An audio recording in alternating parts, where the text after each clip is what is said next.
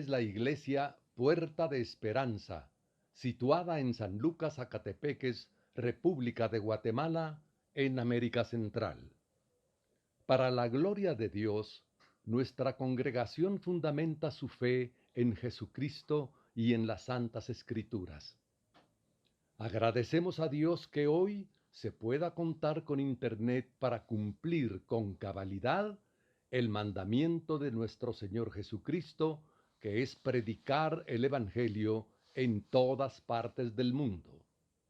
Con mucho agrado, ofrecemos hoy la prédica de nuestro pastor general, el licenciado Gustavo Adolfo Bonilla.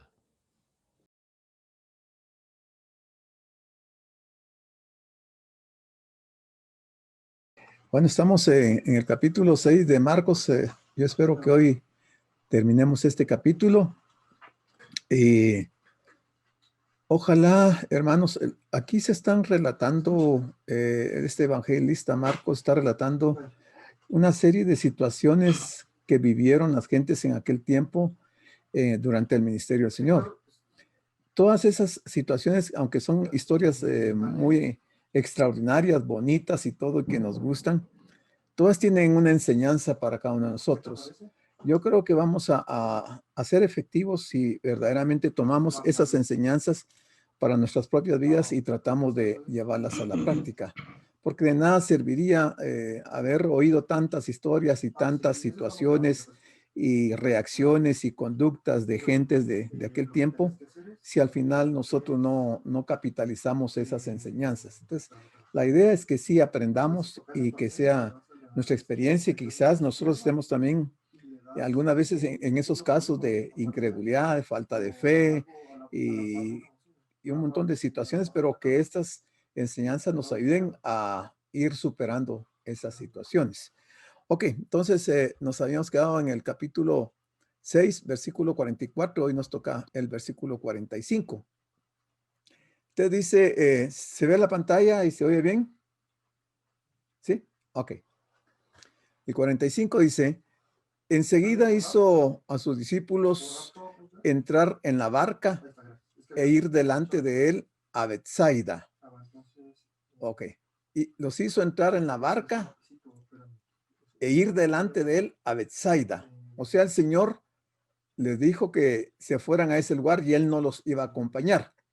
Betsaida estaba en la otra ribera, al otro lado de donde ellos se encontraban. Y dice que luego que él los despide y los manda en esa barca a este lugar, él empieza a despedir a la multitud, tal como dice aquí al final del versículo. Entre tanto que él despedía a la multitud. Y vimos que esa multitud eran como entre 15,000 y 20,000 personas, ¿verdad? O sea, los mandó a los discípulos antes y saber qué tiempo le llevó poder despedir a toda la gente, porque definitivamente todos querían, algunos querían tocar el borde de su manto, otros querían hablar con él y tenían un montón de situaciones. Se le haber llevado algún momento, un tiempo para que la gente regresara a sus lugares, porque recordemos que ya era tarde y habían estado comiendo. Bueno, entonces aquí tenemos un mapa. El Señor había estado en este lugar, en Genezaret, porque ahí vimos en unos versículos, creo que el 52, dice que Él estaba acá. Y habían ido a algún lugar ahí, una montaña, donde se habían apartado para descansar, ¿verdad? Y tener un momento de reposo. Y la gente los vio y los siguió y fueron y estuvieron ahí con Él. Entonces, de ahora de aquí, de este punto, quizás se movieron de aquí para acá, a Betsaida, ¿verdad? Por eso vemos que también dice que la gente se fue caminando y llegaron antes que ellos, ¿verdad? No, fíjate que no se escucha. No se escucha para nada. Entonces, Ya, hagamos una cosa. hicieron esa trayectoria. Entonces, el 46 dice, y después que los hubo despedido, o sea, después de despedir a esa multitud de gente, él se fue a un monte y se fue a orar. Era al principio de la noche y él se va a este lugar solitario y su intención es ir a orar. Y recordemos que estaba cansado no habían tenido reposo, no les había dado tiempo de comer hasta en ese momento, y ahora él se va a orar. El Señor no buscaba la fama o las alabanzas de los hombres, sino lo que realmente llenaba su corazón de gozo era la comunión con su Padre. Y es por eso que él se aparta a orar. Ahora, nosotros, si acortamos nuestras devociones privadas o las suspendemos y abreviamos nuestras oraciones, o sea, las hacemos más cortas, estamos cometiendo un error. Dice, sin duda, esta es probablemente la causa de mucha pobreza espiritual. Cuando nosotros perdemos nuestros devocionales con el Señor, cuando ya no leemos la palabra, cuando ya no oramos, vamos a caer en esta pobreza espiritual. No solo en nuestras vidas, sino que en las propias iglesias. Notemos también que el Señor estaba orando en tierra, mientras sus discípulos estaban solos en medio del mar. Obviamente el Señor sabía las dificultades que ellos iban a tener unas horas más adelante. Pero ellos se subieron a la barca, empezaron a remar, enfilando hacia Betsaida. El viento dice que era contrario, por eso es que iban remando con fatiga, porque el viento les era contrario, o sea, no lograban avanzar. Y por más que remaban, lo único que conseguían era cansarse, fatigarse, porque el viento no los dejaba avanzar. Hay un sentido de urgencia en las dos palabras cuando el Señor dice ahí enseguida o hizo. Jesús percibió que la multitud intentaría hacerle rey a la fuerza y por eso él suspendió en ese momento la reunión que tenían, mandó a los discípulos a Betsaida y él se quedó en el monte a orar. Entonces aquellos hombres, dice, al ver la señal que Jesús había hecho, dijeron, verdaderamente este es el profeta. O sea, la gente, todos los que estaban ahí, vieron la señal que Jesús había hecho del partimiento del pan y los peces. Y pensaron que él era el profeta, o sea, en alguna forma, quizás ellos estaban relacionando lo que decía Deuteronomio 18:15, ¿verdad? Y se dieron cuenta que él era el profeta prometido al cual Jehová le había hablado a Moisés y les había dicho al pueblo de Israel que les iba a levantar un profeta igual que él y que había de venir al mundo. Pero entendiendo Jesús que iban a venir para apoderarse de él y hacerlo rey, volvió a retirarse al monte él solo. Eso nos dice Juan, el capítulo 6, versículos 14 y 15. Entonces vamos a ver lo que dice el versículo 47. Dice, y al venir la noche, la barca estaba en medio del mar y el Señor estaba solo en la tierra.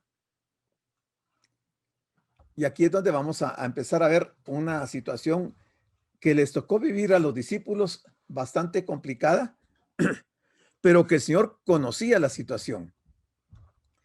Y dice, y viéndoles remar con gran fatiga, el Señor estaba en tierra, estaba orando, pero dice que los vio remando con gran fatiga, porque el viento les era contrario. O sea que habían pasado ya varias horas, porque aquí dice que cerca de la cuarta vigilia de la noche, vino a ellos andando sobre el mar y quería adelantárseles. La cuarta vigilia era de las 3 de la mañana a las 6 de la mañana. Quiere decir que casi toda la noche los discípulos estuvieron remando y estaban fatigados y no lograban llegar a la orilla para arribar a Betsaida, porque el viento les era contrario.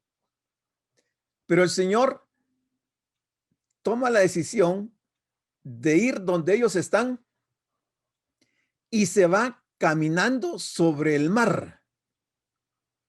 Según unos comentaristas, dice que ellos habían logrado remar como unos 6 kilómetros en el mar.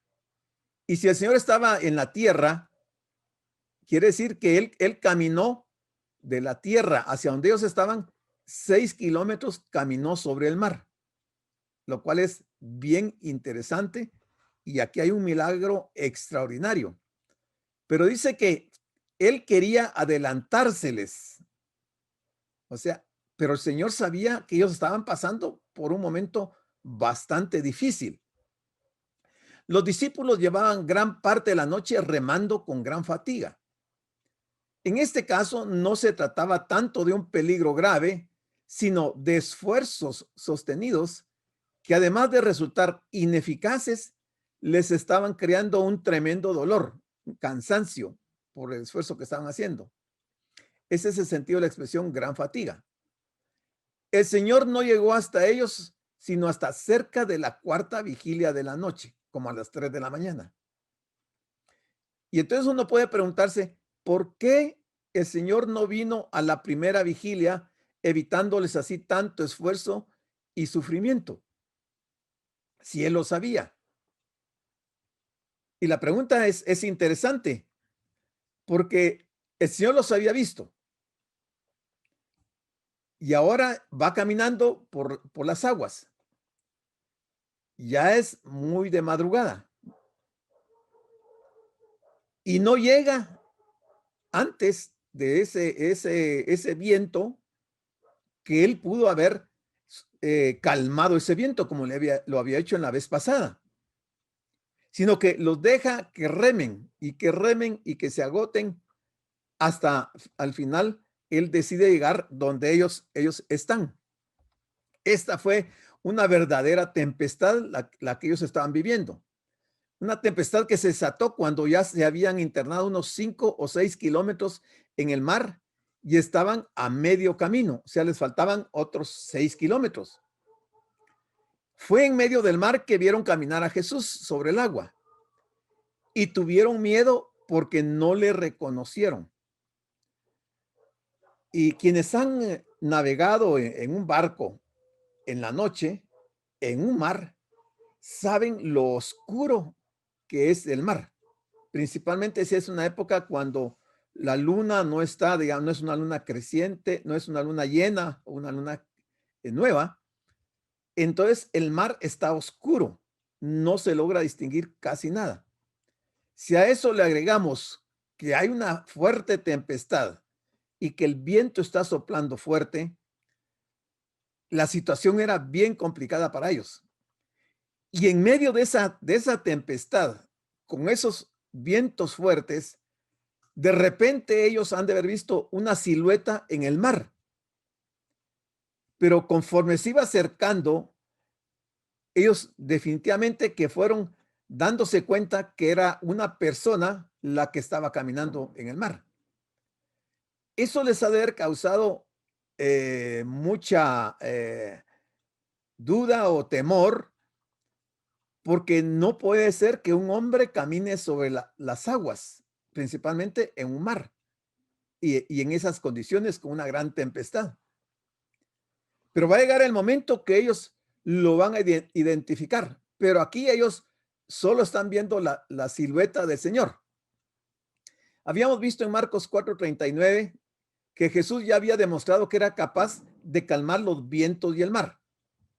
Pero ahora va a demostrar que también puede hacer que las aguas le sirvan como senda para sus pies, como que si fueran las calles.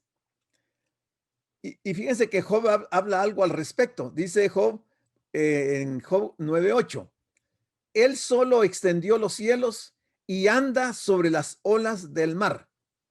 ¿De dónde Job tiene esta experiencia o afirma esto de que Dios anda sobre las olas del mar? No entendemos o no sabemos de dónde Job, si esto solo fue una revelación escritural para Job, o si Job tuvo alguna experiencia similar, porque él lo dice ahí categóricamente. Él solo extendió los cielos y anda sobre las olas del mar. Ahora, Jesús vino hacia ellos en medio de la tempestad. Y es así como él viene a los suyos en la actualidad. O sea, aquí hay una enseñanza, que cuando estemos sumergidos en una gran tempestad, en medio de esa tempestad, el Señor va a venir a nuestra ayuda, en nuestro auxilio, cuando la tempestad está fuerte. Siempre se acerca a una persona, haciendo que su presencia sea real en la hora de prueba y tristeza.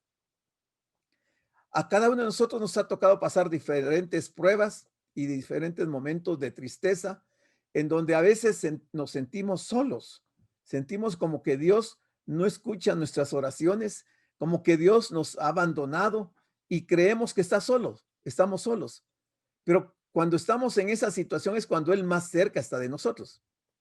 No sabemos por qué a veces espera hasta el amanecer, hasta que las olas se agiten con más fuerza. Cuando el problema crece y nosotros ya no le encontramos ni le vemos solución y pensamos que vamos a sucumbir, ahí Él aparece. Quizás sea porque este es el único momento en que estamos dispuestos a escucharle, cuando es de madrugada y cuando estamos en una tormenta o en una prueba muy difícil. Ahí a veces nuestro oído se agudiza y podemos oír la voz del Señor. El 49 dice lo que hablamos. Viéndole ellos andar sobre el mar, pensaron que era un fantasma. Si nosotros nos ponemos en el caso de ellos y estuviéramos metidos en esa barca, en esas condiciones, con esa tempestad, el viento soplando fuerte, el mar oscuro, la noche oscura, y vemos a alguien que está caminando sobre el mar, ¿qué pensaríamos que es? Porque nuestra razón nos diría que no es una experiencia normal que una persona camine sobre las olas del mar o que camine en un río, en un lago, en un lugar de mucha agua. Cuando ellos ven la silueta y piensan que es un fantasma, su reacción fue y gritaron. No es la de gusto, ese es bueno. No dice Marcos qué fue lo que gritaron, pero haber sido alguna expresión de temor, de miedo, pero ellos gritaron. ¿Y de dónde ellos sacan que es un fantasma? ¿Creían ellos en fantasmas? Eran los discípulos, eran los apóstoles. Sí, pero no suena, ¿no? ¿Creían ellos en fantasmas, Pero, en esas, o eran supersticiosos? ¿O qué pasaba con ellos? Eso fue a partir después de... Llamarlos para que... bueno. Sí. Ok. ¿Qué pasó? ¿Eran supersticiosos? ¿O fue la situación que los llevó a pensar que era un fantasma? No dice Marcos ni ellos explican qué fue lo que pasó en ese momento. Pero lo cierto es que está la tempestad muy fuerte. Ellos están haciendo sus mejores esfuerzos para conducir la barca a Betsaida. Están pensando que el Señor se quedó en tierra. No se imaginan que pueda Él estar caminando sobre las olas del mar. Este es un detalle que nos deja un poco desconcertados. Por un lado, los discípulos llevaban casi toda la noche luchando contra el viento sin apenas lograr avanzar. Mientras que por otro lado, Jesús pasa a su lado y no parece que tenga intenciones de detenerse para ayudarles. Entonces la pregunta es, ¿por qué hizo esto el Señor? ¿Por qué quería adelantarse? Les dice. ¿Qué lección les quería dar a ellos? ¿Cuál era la intención del Señor? ¿Por qué lo hizo? Recuerden que los discípulos hasta aquí todavía dudaban de que Él fuera el Mesías, aunque habían visto portentos grandiosos, milagros extraordinarios, ellos como que todavía tenían la duda de si era el Mesías. Y entonces, mientras más señales les estaba dando el Señor y señales que no son naturales, el Señor esperaba que ellos finalmente creyeran que Él era el Mesías. O sea, Él estaba tratando de convencerlos de que ellos vieran en su justa dimensión que Él era el Mesías. Todo lo veían, pero al venir a ellos andando sobre el mar, inmediatamente pensaron que era un fantasma. La pregunta es, ¿quién es Jesús en ese momento? ¿Quién es ese hombre? ¿Quién es Jesús? ¿Es realmente el Mesías? ¿Es un profeta o quién es?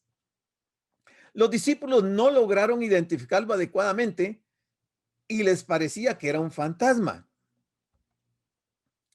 La duda de los discípulos de cómo podían esperar que Jesús viniera a ellos andando encima del agua.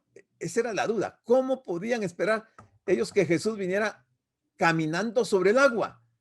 Eso nunca lo habían experimentado, no lo habían visto.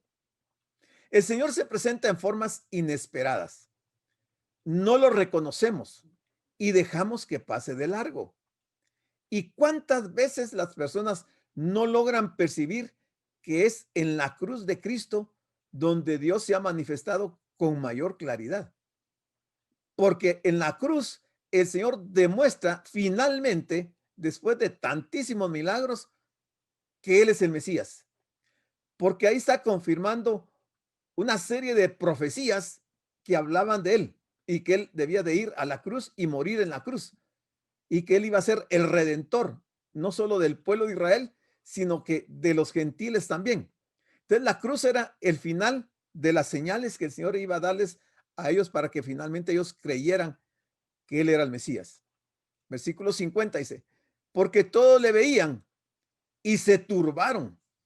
O sea, estaban turbados, estaban con pensamientos confundidos, no lograban ordenar sus pensamientos. En ese momento, el Señor habló con ellos. Dice, enseguida habló con ellos y les dijo, pensemos en el escenario. Es una noche turbulenta, con una gran tempestad, un fuerte viento soplando, los discípulos preocupados. Ahora el Señor les va a hablar. Hablar en esas condiciones se necesitaría un micrófono y una bocina muy potente para que ellos lo pudieran oír. Sin embargo, la voz del Señor la oyeron ellos, sin importar las condiciones en las que ellos se encontraban. ¿Y qué les dijo el Señor? Les dijo, tened ánimo, yo soy, no temáis.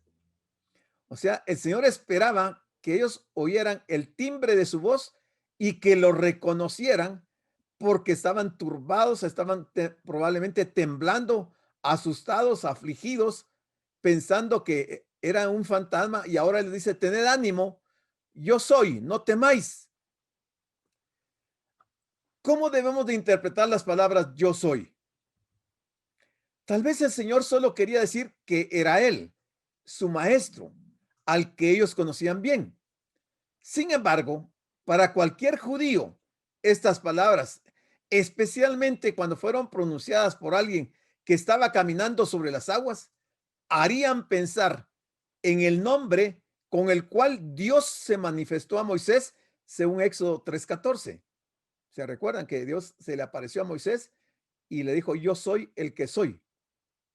Y ante el que habían caído al suelo y los que más tarde fueron a arrestar a Jesús, que está descrito en Juan 18:6, cuando él les dijo, yo soy, en ese momento, según dice Juan 18, la gente, la turba que había llegado a capturarlo, cayeron al suelo, cuando oyeron que él les dijo, yo soy. O sea, ¿qué pasó con esa turba? ¿Por qué cayeron al suelo cuando él solamente dice, yo soy?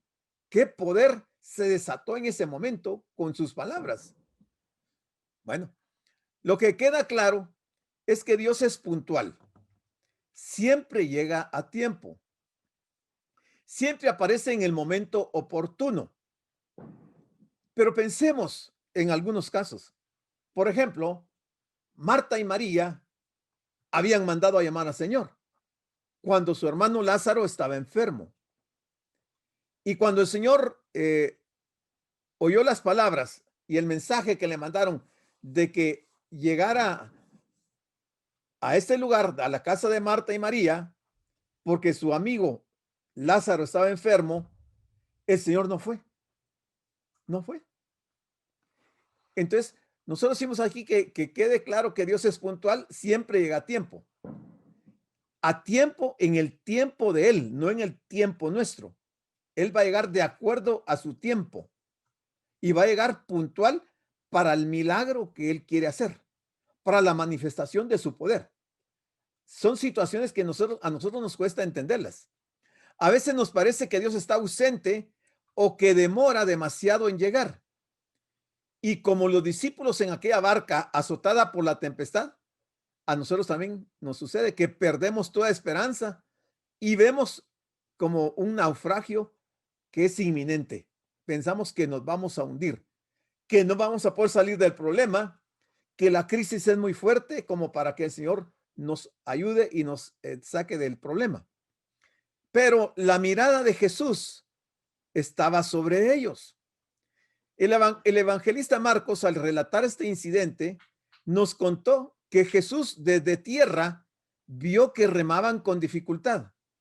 Miren qué extraordinario eso, ¿eh? Él estaba en un monte y vio hacia el mar y vio a los discípulos que iban remando con dificultad. Era de noche porque tenían el viento en contra y entonces se dirigió a su encuentro. Aquí hay varias manifestaciones extraordinarias de Cristo, del Señor como Mesías. O sea, Él está dando muchas señales extraordinarias a los judíos para que crean finalmente que Él es el Mesías. Bueno, siguiendo con el versículo número 51, nos dice Marcos lo siguiente. Y subió a ellos en la barca. Al subir a la barca, sin decir ninguna palabra, se calmó el viento. ¿Quién producía el viento? La tormenta esa. ¿Sería el Señor? ¿Por qué cuando Él sube a la barca, el viento cesa? Y eso también les causa a ellos asombro, porque lo que vimos en Marcos 4 era que Él reprendió al viento y las olas, y el viento cesó y las olas se calmaron. Pero ahora no dice ninguna palabra y el viento se calma, y el asombro para ellos fue mayor, porque no están oyendo que él se dirija a los vientos para que cesen, para que ya no estén soplando. Se asombraron, dice, en gran manera y se maravillaban. No sabemos por qué Marcos no relata lo ocurrido con Pedro, porque aquí Marcos, después de que relata que él aparece caminando y habla con ellos y les dice que no teman, luego dice que se sube a la barca, pero en el ínterin habían pasado otras cosas y Marcos no lo relata, pero otro de los evangelistas sí nos dice qué fue lo que sucedió. No relata lo ocurrido con Pedro esa noche en la barca, siendo que fue el mismo Pedro quien le proporcionó toda la información a Andrés, ¿cómo se llama? A Marcos del ministerio del Señor. Entonces es imposible que a Pedro se le hubiera olvidado tremenda experiencia que había tenido esa noche ahí en el mar, ya que fue Pedro el único que le pidió al Señor y le dijo, si eres tú, manda que yo vaya a ti sobre las aguas antes de que el Señor suba a la barca. Y el Señor le dijo, ven. Y descendiendo Pedro de la barca, andaba sobre las aguas para ir a Jesús. Pedro no dice, ni nadie de los evangelistas, cuántos metros caminó Pedro sobre el mar. Uno cree que al nomás poner sus pies en el agua, se quedó ahí parado y luego se hundió. Pero no, Pedro caminó hacia donde el Señor estaba. No se dice a qué distancia estaba el Señor de la barca, pero él estuvo un poco separado porque iba a darle a Pedro esta experiencia que fue única de que Pedro caminara también sobre las aguas. Y Pedro atrevidamente le dice, si eres tú, porque todavía no lo reconocía, manda que yo vaya a ti sobre las aguas. O sea, estaban turbados, estaban confundidos, estaban en una situación de crisis nerviosa, y ahora a Pedro se le ocurre pedirle al Señor que le permita ir hacia donde él está caminando sobre las aguas. Desde el punto de vista físico, natural, eso es imposible, caminar sobre las aguas. Porque hay una ley que nosotros la conocemos como una ley natural de la gravedad, donde es imposible que una persona pueda caminar sobre el mar, sobre las aguas. Y el Señor le dijo a Pedro, ven. Dice, y descendiendo Pedro de la barca, andaba sobre las aguas para ir a Jesús. Andaba. O sea, no fue un paso ni dos. Saber cuántos metros caminó Pedro en dirección hacia donde el Señor estaba y tuvo esa experiencia. Pero al ver el fuerte viento, mire, todavía el viento en ese momento no se había calmado. Tuvo miedo. Y comenzando a hundirse, dio voces diciendo, Señor, sálvame. La oración más corta que conocemos. Pedro no tenía tiempo para hacer ninguna oración larga. Él fue puntual y le dice al Señor, le expresa lo que él siente. Son las 3 de la mañana, o más o menos por ahí. El viento está soplando fuerte. El Señor está retirado de la barca. Ahora Pedro baja de la barca y empieza a caminar en medio de esa tormenta, esa tempestad, y el viento soplando fuerte. Y él va caminando y de repente él se concentra en lo que está pasando a su alrededor y en ese mismo momento comienza a hundirse. Y Pedro no se percata, o bien ya estaba enfrente del Señor, o el Señor iba caminando hacia él, y al momento de que él se empieza a hundir, el Señor lo tomó de la mano y lo sacó del mar. Hermanos, es un milagrazo, pero así como los que el Señor estaba haciendo, partir el pan, multiplicar los panes, los peces, sanar enfermos, leprosos, de todo. Aquí el Señor está haciendo una manifestación, pero poderosísima, de su persona, de su poder. Porque este es un milagro extraordinario. Suspender una ley natural, eso no lo puede hacer ninguna persona, excepto Cristo. Nadie puede suspender una ley natural. Sin embargo, aquí el Señor da una demostración de que Él puede suspender las leyes naturales. El apóstol Pedro ha sido criticado por haber pedido caminar sobre el agua.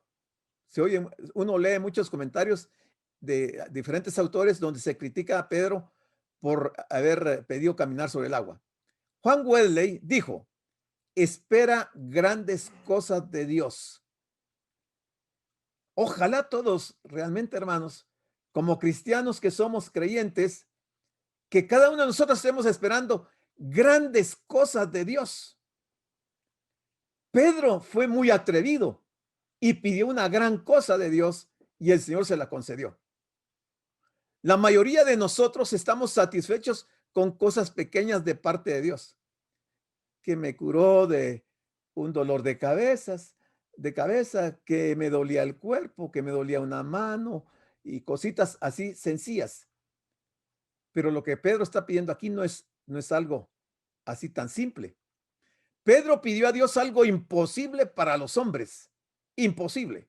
No hay ningún hombre, ni ha habido, ni habrá, que haga lo que el Señor hizo aquí en esta vez.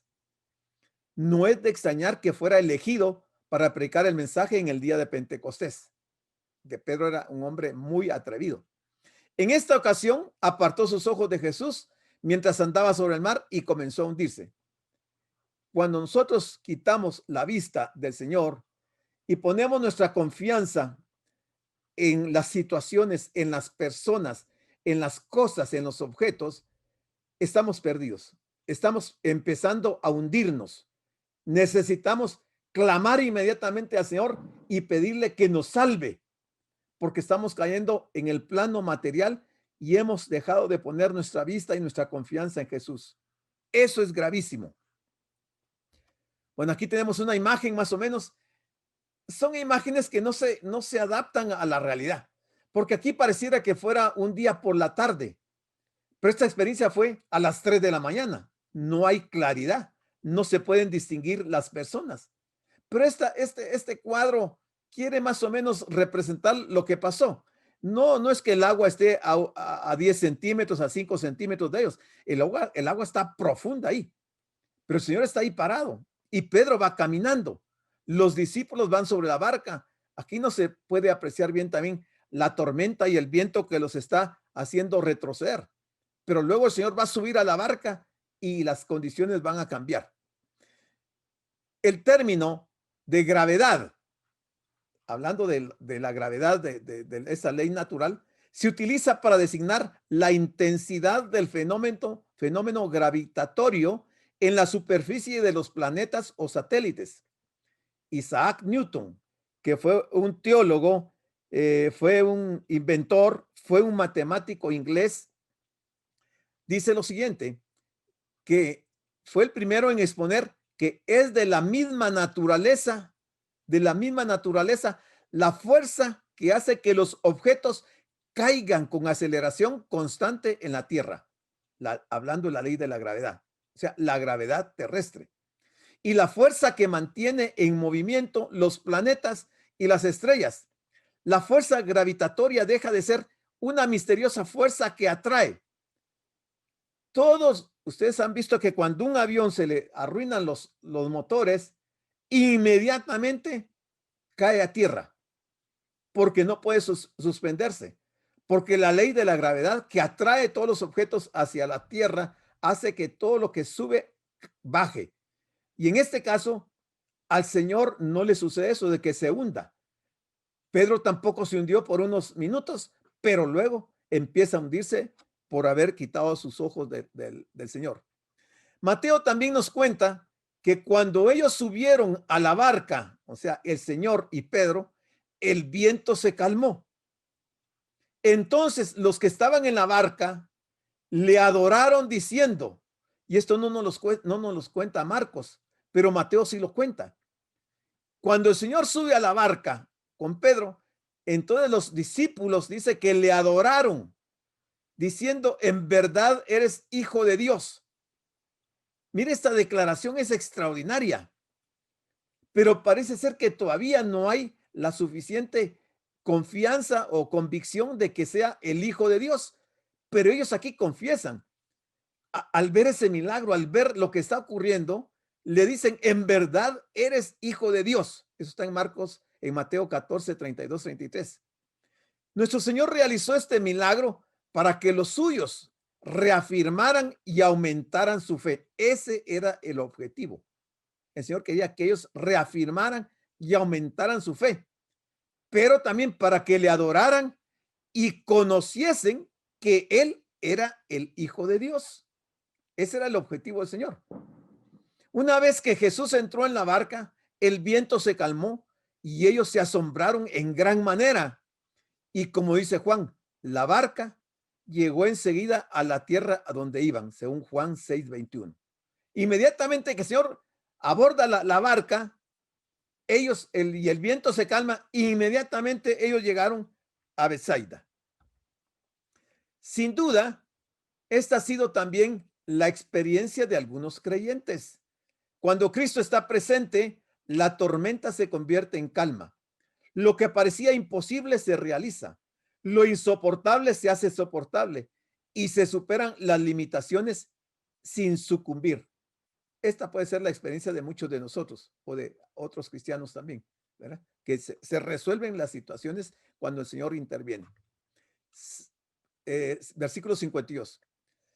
Y dice que se maravillaban porque aún no habían entendido lo de los panes. Mire, ya habían comido los panes y los peces, habían visto cómo se había multiplicado y hasta este momento, dice aquí Marcos, que no habían entendido lo de los panes, ¿por qué no lo habían entendido? Porque estaban endurecidos sus corazones. Por eso no habían entendido lo que había pasado con los panes y los peces. Y hasta aquí se están dando cuenta de otro milagro que los está conduciendo a aumentar su fe y a creer lo que están viendo ellos con sus propios ojos. Lo realmente grave de esta situación era que su asombro y turbación nacían de la falta de fe y de discernimiento. Esa era una de las razones. Esta dureza de corazón no debemos de confundirla con la insensibilidad o la indiferencia de los escribas y los fariseos. Esa es otra clase de dureza de corazón. Esta dureza de ellos es falta de fe y de discernimiento. En el caso de los discípulos, no es que no querían creer, sino que les costaba entender la verdadera naturaleza de Cristo. era muy difícil para ellos. Para nosotros hoy se nos hace fácil porque tenemos todas estas historias y además tenemos al Espíritu de Dios dentro de nosotros que nos revela estas grandes verdades. Pero si no fuera así, nosotros estaríamos como el mundo también no puede entender estas cosas. Entonces la pregunta aquí es, ¿qué clase de Mesías era Jesús y cuál era el propósito de su venida? Pues aquí hay muchas respuestas para esta pregunta. Primero, dar cumplimiento a muchas profecías. Profecías que tenían que ver con los planes del Señor de salvar a su pueblo. Profecías que habían con respecto a ponerle fin a la dispensación de la ley y dar inicio a la dispensación de la gracia. Profecías como salvar a los gentiles. Y aquí podríamos mencionar una serie, varias razones por las cuales el Señor ha hecho todas estas señales. Y ahí podemos entender que el Mesías, o sea, Jesús, es el Hijo de Dios. No hay forma de que nosotros dudemos de que Él es el Hijo de Dios, que Él es el Mesías prometido, a quien estamos esperando. No necesitamos ya estas señales porque las señales ya fueron dadas. Y esas señales son contundentes como para que nosotros, bajo ningún punto de vista, estemos dudando de que si Jesús es o no es el Hijo de Dios. Versículo 53. Terminada la travesía, ¿se recuerdan que arrancaron a la orilla de Genezaret y se fueron a Betsaida? Vinieron a tierra de Genezaret y arribaron a la orilla.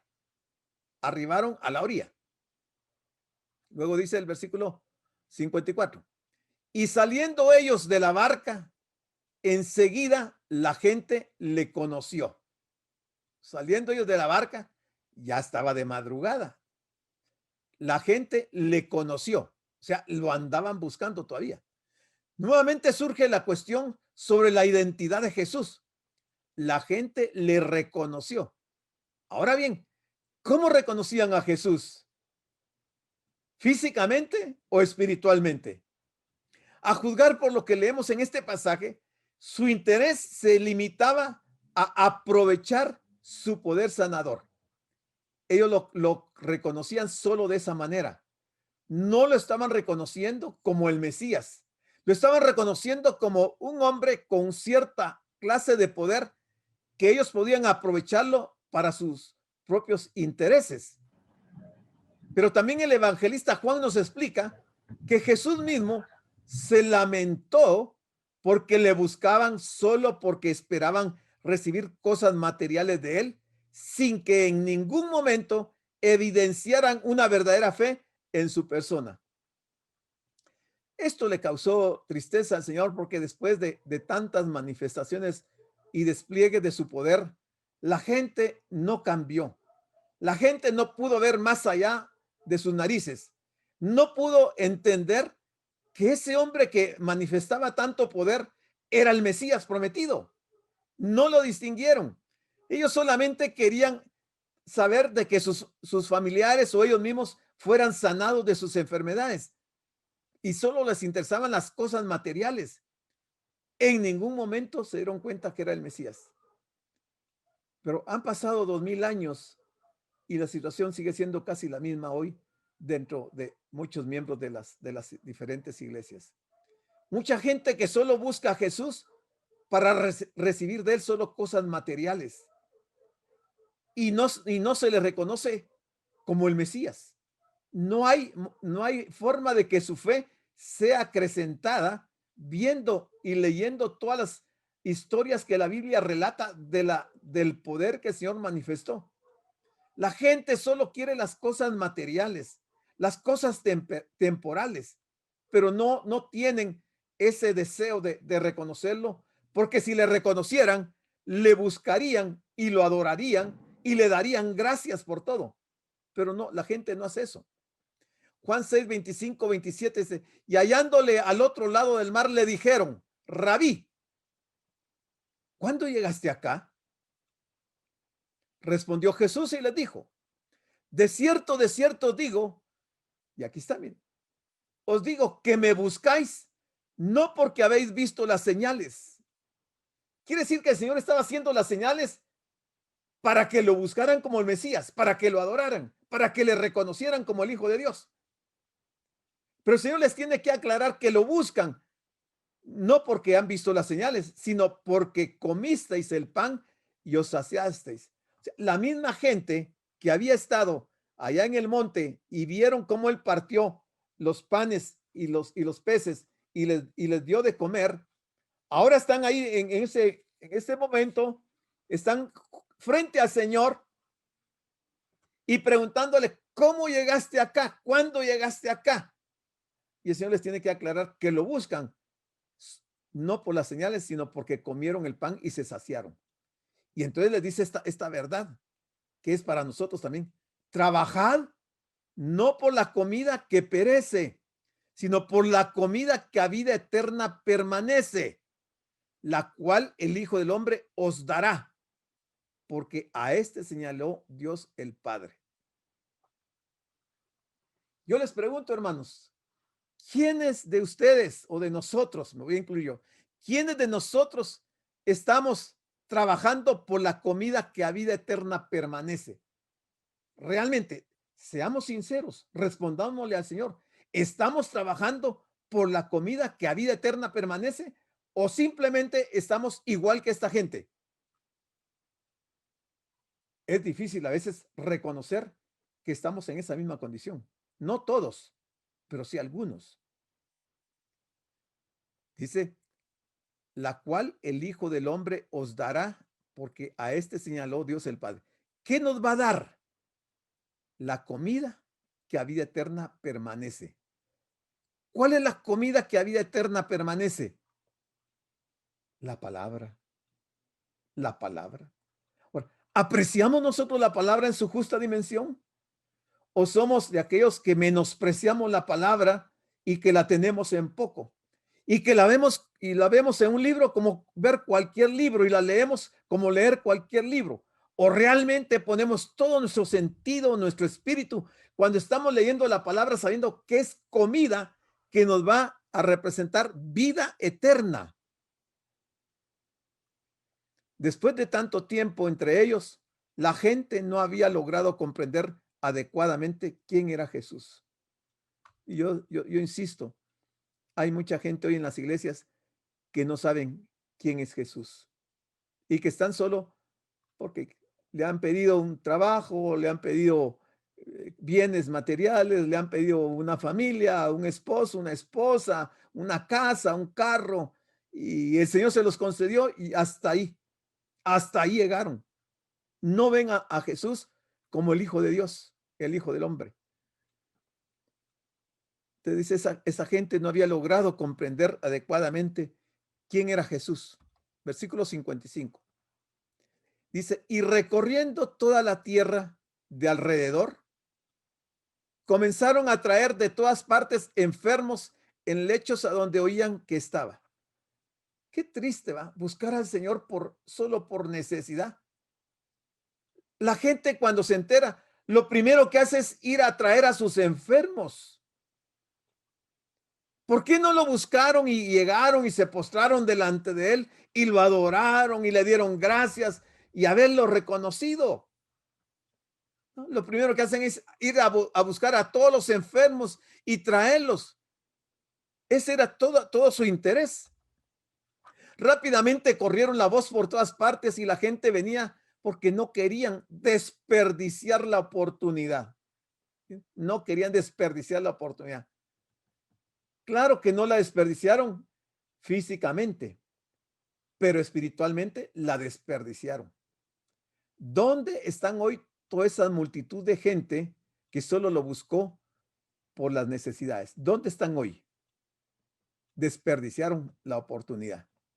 En cierto sentido, todo esto era natural. En otras muchas ocasiones Jesús había demostrado que tenía poder para sanar cualquier enfermedad y también su disposición para hacerlo. Por lo tanto, si había enfermos entre ellos, era lógico que se los llevaran a Jesús. Pero no dice en ningún momento que hubieran aprovechado la estancia del Señor, la visita del Señor, por su salvación.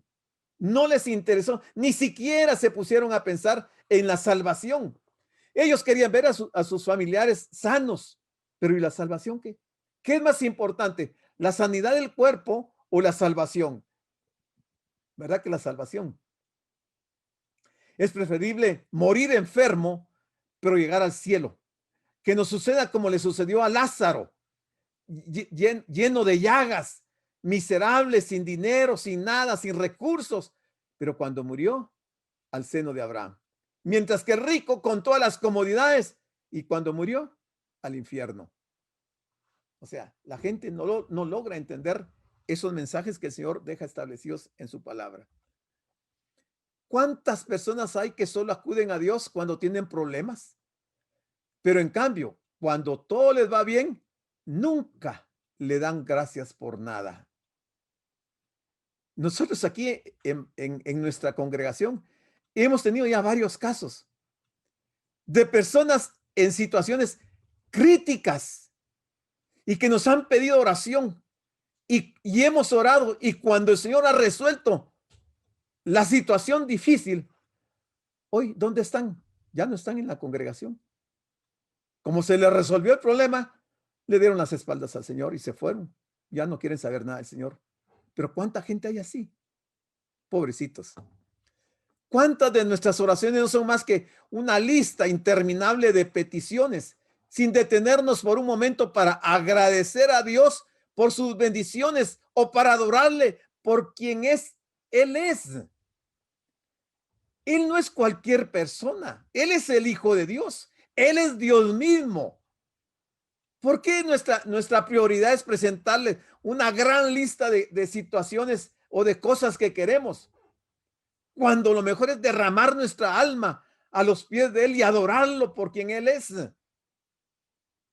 ¿Cuántos van a la iglesia únicamente esperando recibir y se enfadan si no lo consiguen? Porque hay gente así también, que le ha pedido al Señor, y como el Señor no le responde en el momento que ellos quieren, le dan las espaldas al Señor. Pobres, pobres. Lamentablemente, no sé dónde irán a terminar esas personas. No puedo decirlo. ¿Cuánto alegraría el corazón del Señor? Se alegraría el corazón del Señor si más a menudo fuéramos a ofrecerle nuestro amor, nuestro servicio, nuestra devoción, y mucho menos para reclamar sus beneficios. Hermanos, cambiemos nuestras prioridades. Yo los invito, cambiemos nuestras prioridades.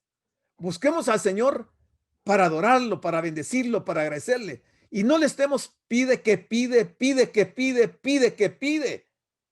Ya Él se aburrió de estar oyendo tantas peticiones, pero no le damos nuestro corazón. No lo adoramos como Él se lo merece.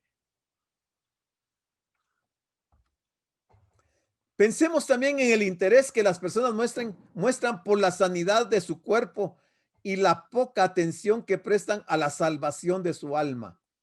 Para muchos de nosotros, lo físico, lo material es más importante que el alma. No le damos atención a la salvación y vivimos como que si fuéramos a vivir aquí toda la vida, como que fuéramos a estar aquí eternamente. Un día de estos podemos morir y hasta ahí habrá llegado nuestra oportunidad. Estas personas no buscan a Jesús porque querían escuchar su palabra, sino solo porque querían ser sanados. Versículo 56. Y donde quiera que entraba el Señor, en aldeas, en ciudades o campos, ponían en las calles a los que estaban enfermos y le rogaban que les dejase tocar siquiera el borde de su manto, y todos los que le tocaban quedaban sanos. Sí, pero ¿y el reconocimiento al Señor? ¿Y la gratitud al Señor? Qué triste que el Señor recorría todos los lugares y lo que primero miraba era un desfile de enfermos, rogándoles que les dejase tocar el borde de su manto. ¿Por qué no dice que le rogaban que les perdonara y que les diera vida eterna? Les interesaba solamente la parte física. Y eso es igual el día de hoy. Llevamos 2000 años y las cosas no cambian. No digo que todos, porque si hay un buen grupo de personas que realmente amamos al Señor y lo buscamos y lo adoramos y le damos gracias. Y no importa las situaciones que estemos pasando. Al final del tiempo, este cuerpo tiene que desaparecer. tenemos que morir si el Señor no viene. Tenemos que descender al sepulcro, pero que nuestra alma vaya a la presencia de Dios y que vayamos después de haber demostrado al Señor que le amamos, que le agradecemos lo que ha hecho por nosotros. La salvación que nos ha dado no es cualquier cosa. Le costó a él su vida, le costó el sacrificio por el que pasó, le costó la cruz, los clavos en sus manos, en sus pies, le costó la corona de espinas, le costó los azotes en sus espaldas que se las destrozaron, le costó los golpes en su rostro, le costó escupida, le costó tantas cosas. ¿Cómo no le vamos a agradecer? No entiendo yo cómo es que somos así, desagradecidos con el Señor. Si tenemos, gracias a Dios. Si no tenemos, gracias a Dios. De todas maneras, aquí somos temporales, somos pasajeros, somos peregrinos. Aquí no vamos, esta no es nuestra morada. Nosotros vamos a estar en el cielo, somos seres celestiales. Nuestra nacionalidad es de allá arriba, no es de aquí de la tierra. Estemos contentos con lo que el Señor nos ha dado. No le estemos pidiendo más cosas. Pidámosle más de su espíritu. Pidámosle más de su palabra, la revelación de su palabra. Pidámosle más de una mejor comunión con Él. Pidámosle más fe. Eso sí debiéramos de pedirle. Este es uno de los más maravillosos cumplimientos de una preciosa y poética predicción. Uno de los pasajes más majestuosos del profeta Isaías, que está en Isaías 35, del 4 al 6. Y dice, decid a los de corazón apocado, esforzaos, no temáis. He aquí que vuestro Dios viene con retribución, con pago. Dios mismo vendrá y os salvará. Entonces los ojos de los ciegos serán abiertos y los oídos de los sordos se abrirán. Entonces el cojo saltará como un ciervo y cantará la lengua del mudo. ¿Dónde? En el cielo, cuando Él nos lleve. El punto principal de todo esto es que la gente estaba recibiendo una clara evidencia de que Jesús era el Mesías y no lo distinguieron, no lo reconocieron. A pesar de todo, la gente tenía tanta fe en el poder sanador y en la compasión del Salvador que, como en el caso de la mujer con flujo de sangre, estaban convencidas de que si al enfermo se le permitía tan solo tocar el borde del manto del maestro, se produciría instantáneamente una sanidad. Muy bien, ahí está de nuevo la escena. Igualmente no representa lo que fue aquella noche, porque aquí es de día, no se podía ver de esa manera, y la tempestad no era con esas olitas que parecen del lago de Amatitlán, eran olas inmensas. Así es, hermanos, que gracias por su atención. Si hay preguntas, aportes o comentarios, pueden encender su micrófono y participar.